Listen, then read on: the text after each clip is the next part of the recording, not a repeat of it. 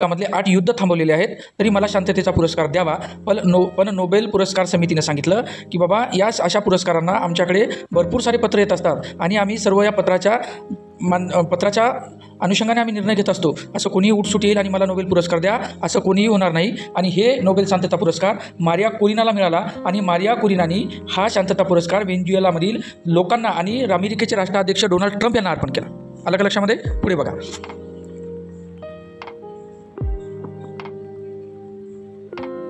ठीक आहे. पुढे साहित्य क्षेत्रातील कोण, तर पहा आधुनिक हंगेरियन साहित्यासाठी ह्या योगदानासाठी पुरस्कार.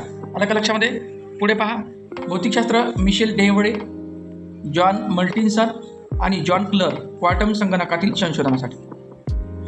पुढे वैद्यकशास्त्र मेरी इब्रको सिमन साकागुची फेस्ट्रेबल या रोगप्रतिकार प्रणालीचा नियामक संशोधनासाठी या पुरस्काराची निर्मिती. ओके. पुढे रसायनशास्त्राचा जर विचार करायचा जर गेला तर रसायनशास्त्र जे आहे या बाबतीमध्ये पाहायचं जर गेलं तर ओमर यागी, सुसुमा कितागावा आणि रिचर्ड रॉबसन मेटल ऑर्गॅनिक फ्रेमवर्कर्सच्या विकासासाठी हा पुरस्कार देण्यात आलेला आहे. तर सर्वांनी लक्षामध्ये घ्या, या ठिकाणी रसायनशास्त्रासाठी दिला गेलेला पुरस्कार हा कशासाठी दिला गेलेला आहे, तर फ्रेमवर्कच्या विकासासाठी दिला गेलेला आहे. पण सेकंड आपण या ठिकाणी याला अंडरलाईन करण्याचा प्रयत्न करणार आहोत. ओके. चला नेक्स्ट. तर अशा पद्धतीनं एक आपण छोटा मुद्दा चालू घडामोडीच्या दृष्टिकोनातून अत्यंत महत्त्वाचा मानला जाणारा नोबेल पुरस्कार. आता या नोबेल पुरस्काराबद्दल जर माहिती घ्यायची जर झालीच तर नोबेल पुरस्कार हे स्वीडनमधील शास्त्रज्ञ अल्फ्रेड बर्नार्ड नोबेल ज्यांनी डायनामाइटचा शोध लावला होता त्यांच्या स्मरणार्थ या पुरस्काराचं वितरण केलं जातं. आणि ह्या पुरस्काराचं वितरण सामाजिक क्षेत्र, आर्थिक क्षेत्र आणि रसायनशास्त्र, भौतिकशास्त्र, जैवविज्ञान अशा अनेक घटकांमध्ये विशेष योगदान देणाऱ्या लोकांना या ठिकाणी नोबेल पारितोषिक दिलं जातं.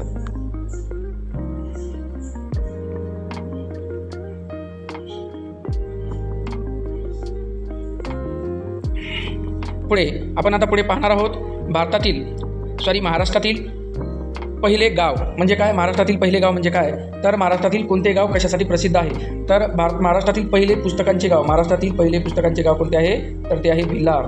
महाराष्ट्रातील मधाचे गाव कोणते आहे, तर मित्रांनो ते मधाचे गाव आहे मांगर. त्याच्यानंतर महाराष्ट्रातील फळांचे गाव कोणते आहे, तर धुमाळवाडी. त्याच्यानंतर महाराष्ट्रातील फुलपाखरांचे गाव पारपोली. महाराष्ट्रातील पहिले डिजिटल गाव हरिसाल कोणते आहे, हरिसाल आहे, लक्षामध्ये घ्या. पुढे आहे महाराष्ट्रातील पहिले वायफाय गाव कुठे आहे, पाचगाव. महाराष्ट्रातील पहिले वादमुक्त गाव कोणते आहे, तर ते आहे कापडगाव. पुढे आहे महाराष्ट्रातील पहिले झाडाचे पुनर्वसन करणारे गाव कोणते, म्हसवडे गाव. आलं का लक्षामध्ये?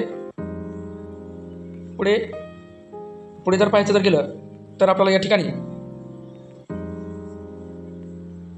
पहिले झाडाचे पुनर्वसन म्हसवडे गाव आलं लक्षामध्ये सर्वांच्या. पुढे पहिले कॅशलेस गाव घसई आणि पहिले आधार गाव कोणते, टेंबली. आलं का लक्षामध्ये? नंदुरबार जिल्ह्यामध्ये आहे. अशा पद्धतीने आपण हे 10 प्रश्न या ठिकाणी आपण बघितलेले आहेत.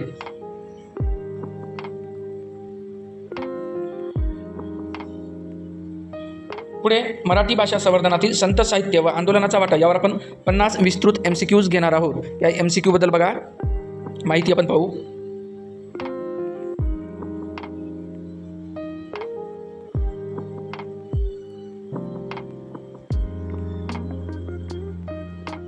मराठी भाषेचा पहिला धार्मिक आणि साहित्यिक प्रवाह कोणता मानला जातो, भक्ती आंदोलन. त्याच्यानंतर इथं स्पष्टीकरण दिलेलं आहे जे की तुम्ही तुमच्या पद्धतीने वाचून घेऊ शकता. ज्ञानेश्वरी ग्रंथ कुणी लिहिलेला आहे, तर मित्रांनो ज्ञानेश्वरी ग्रंथ हा संत ज्ञानेश्वरांनी लिहिलेला आहे. त्यानंतर आहे संत ज्ञानेश्वरांनी मराठी भाषेचे महत्त्व कसे अधोरेखित केले, तर संत ज्ञानेश्वरांनी मराठीला भक्ती व तत्त्वज्ञानाचे माध्यम बनवले. पुढे आहे अमृतानुभव हा ग्रंथ कुणी लिहिला, तर अमृतानुभव हा ग्रंथ संत ज्ञानेश्वर महाराजांनी लिहिला. पुढे आहे नामदेव गाथांची गाथा हे संत साहित्य कोणत्या भाषेमध्ये प्रसिद्ध आहे, तर हे मराठी भाषेमध्ये प्रसिद्ध आहे. पुढे मराठी भाषेचा उत्तर भारतात प्रसार करणारे संत कोणते आहेत, तर ते संत आहेत संत नामदेव. ओके. पुढे एकनाथी भागवत कोणी लिहिले, तर एकनाथी भागवत हे संत एकनाथांनी लिहिले. तुम्हाला मी स्पष्टीकरण दिलेलं आहे, तुम्ही स्पष्टीकरण वाचण्याचा प्रयत्न करा. मी तसं स्पष्टीकरणाला अंडरलाईन देण्याचा प्रयत्न करतो, लक्षामध्ये घ्या.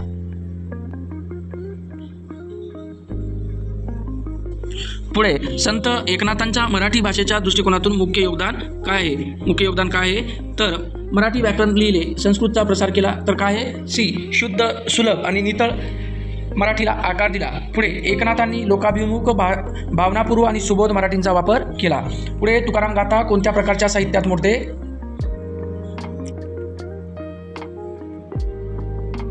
संत तुकारामांनी मराठी भाषेला कोणती ओळख दिली? भक्तिभावांची आणि समाज सुधारणेची भाषा. संत जनाबाई कोणत्या विषयावर अभंग रचत होत्या? तर त्या स्त्रियांची स्थिती आणि समाज जीवन याच्यावर त्यांनी लिखाण केलेलं आहे. स्पष्टीकरणामध्ये आपण बघणार आहोत काय लिखाण केलेलं आहे, नेमका काय उद्देश होता त्यांचा. तर उद्देश असा होता की संत जनाबाईने आपल्या अभंगातून स्त्रीचे दुःख, श्रम आणि श्रद्धा यांचे मार्मिक वर्णन केलेले आहे. ओके.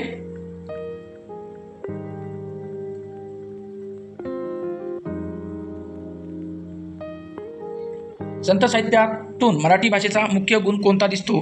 तर भावार्थ लोकभाषेचे संमिश्रण. पुढे मराठी संत साहित्यामधील प्रमुख रूप कोणते? अभंग. विठ्ठल भक्ती कोणत्या आंदोलनाचा केंद्रबिंदू होती? भक्ती आंदोलन. भक्ती आंदोलनाने मराठी भाषेला कोणता दर्जा दिला? जनभाषा. वारकरी संप्रदाय कोणत्या भाषेच्या प्रसाराशी संबंधित आहे? तर ती आहे मराठी भाषेच्या प्रसाराशी संबंधित. पंढरपूर यात्रा कोणत्या भाषिक सांस्कृतिक घटकाला जोडलेली आहे? तर ती आहे मराठी साहित्य. संत साहित्यात मराठीतील कोणती शैली सर्वाधिक प्रभावी ठरली? ती आहे ओवी. ज्ञानदेव, नामदेव, तुकाराम, एकनाथ या संतांच्या काळाला काय म्हणतात? भक्तियुग म्हटलं जातं. मराठी भाषा संवर्धनामध्ये संत साहित्यानंतर कोणत्या आंदोलनाने महत्त्वाची भूमिका बजावली? तर ते आहे मित्रांनो शिक्षण आंदोलन. व्यापारी. ठीक आहे. पुढे शिक्षण समाजसुधारक चळवळींनीच मराठी शिक्षण व वाचन संस्कृती वाढवली. समाजसुधारक काळातील मराठीतील प्रमुख लेखक कोण? लोकहितवादी. पुढे लोकहितवादीचे खरे नाव काय? तर गोपाळ हरी देशमुख. लोकहितवादींच्या लिखाणातून मराठी भाषेला काय प्राप्त झाले? तर लोक शिक्षणाची दिशा. महात्मा फुलेंनी मराठी भाषेचा वापर कोणत्या हेतूसाठी केला? समाज सुधारणा आणि शिक्षण प्रचार. गुलामगिरी ग्रंथ मराठीत कोणी लिहिले? महात्मा फुलेंनी लिहिले. ज्योतिबा फुलेंच्या साहित्यात मराठी भाषेचा कोणता उपयोग झाला? सामान्य माणसापर्यंत विचार पोहोचवणे. विष्णूशास्त्री चिपळूणकर यांना मराठी भाषेसाठी काय योगदान दिले? तर मराठी गद्याला उच्च शिक्षणाचा दर्जा दिला. निबंधमाला या ग्रंथाचे लेखक कोण? चिपळूणकर. केशरी व मराठा वृत्तपत्रांनी काय साधले? राजकीय मराठी लेखन आणि प्रस्थापित केले. मराठी नाटक क्षेत्रातील भाषिक योगदान कोणते आहे? तर किर्लोस्कर. संगीत शाकुंतले मराठीतील पहिले संगीत नाटक कोणी लिहिले? बळवंत किर्लोस्कर. शिवाजी जन्मोत्सव चळवळ कोणी सुरू केला? टिळकांनी. पुढे घ्यायचं टिळकांच्या मराठी भाषेतील ग्रंथाचे नाव काय? गीतारहस्य. गीतारहस्य मराठी भाषेत काय साधले? तात्विक विवेचनाचे प्रगल्भ उदाहरण. 20व्या शतकातील मराठीतील स्त्रीवादी लेखिका कोण? रमाबाई रानडे. सावित्रीबाई फुले यांना मराठी भाषेत काय कार्य केले? तर स्त्री शिक्षणाचे प्रसार लेखन. संत साहित्यानंतर आधुनिक काळातील मराठी कवीपैकी भाषा शुद्धतेवर भर देणारे कोण? तर बाभ बोरकर. ज्ञानेश्वरांचा काळ म्हणजे सुमार किती? तर ते 1275 ते 1296. पुढे तुकारामांचा काळ किती? ते 17व्या शतकात. वारकरी संप्रदायाचे प्रमुख देवस्थान कोणते? पंढरपूर. पुढे मराठी भाषेतील संत साहित्याचा संग्रह कोणत्या नावाने केला जातो? संत साहित्य कोश. संत नामदेवाचे अभंग कोणत्या धर्मग्रंथात सापडतात? गुरुग्रंथ साहिबमध्ये. संत एकनाथांची भाषाशैली कशी होती? तर ती होती साधी, भावपूर्ण आणि लोकाभिमुख. पुढे मराठी भाषेतील संत साहित्यांचा कोणता प्रमुख विषय सर्वत्र दिसतो? तर ती आहे विठ्ठल भक्ती. संत साहित्यातील भक्ती, समता, करुणा या मूल्यांचा परिणाम काय आहे? तर भाषेची सामाजिक एकता व लोकशाही विकसित झाली. संत साहित्याचा प्रभाव पुढीलपैकी कोणत्या लेखकावर दिसतो? तर लोकहितवादी आणि महात्मा फुलेंवर. संत साहित्यातील भाषण शैलीचे मुख्य उद्दिष्ट कोणते? साधेपणा आणि भावपूर्णता. मराठी भाषेच्या संवर्धनातील प्रमुख सूत्र काय आहे? लोकाभिमुख अभिव्यक्ती. संत साहित्यामुळे मराठी भाषेचा दर्जा काय झाला? लोकजीवनाशी निगडीत जनभाषा. संत साहित्य आणि आंदोलनाने एकत्रितपणे काय घडवले? तर मराठी भाषेचा समाज आणि शिक्षणातील पुनर्जागरण. आलं लक्षामध्ये? संत साहित्याने मराठीला भक्तिभावनांची भाषा बनवली. समाज सुधारक चळवळींना तिला विचार आणि प्रबोधनाची भाषा बनवली. त्यामुळे मराठी आज अभिजात्यतेपासून आधुनिकतेपर्यंत एक सशक्त सांस्कृतिक प्रवाह म्हणून उभी आहे. ठीक आहे. मराठी व्याकरणाशी निगडीत काही महत्त्वपूर्ण घटक आपण या ठिकाणी संत चळवळीमध्ये पाहिलेला आहे. आता पाहू अष्टविनायक स्थळांची संक्षिप्त यादी जिल्ह्यासहित खाली देत आहे, ते व्यवस्थित बघून घ्या.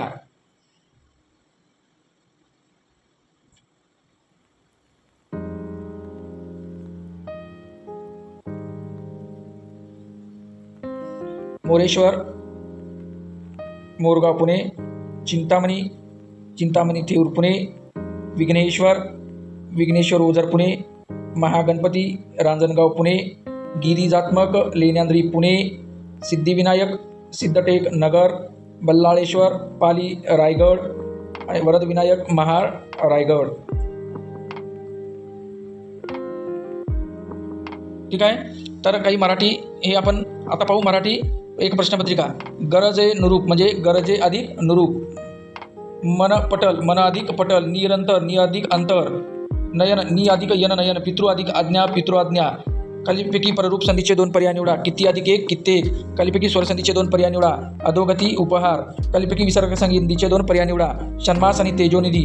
दुर्गती, योग्य संधी नियमानुसार झालेला शब्द दुष्कर. सज्जन, सत अधिक जन, सज्जन. अधिक ज्वल, उज्ज्वल. यशोधन, जसं की षण्मास. प्रजक्य म्हणजे काय? सदैव. अशा पद्धतीने हे आपलं आजचं लाईव्ह सेशन होतं, आजचं हे रेकॉर्ड सेशन होतं. या सेशन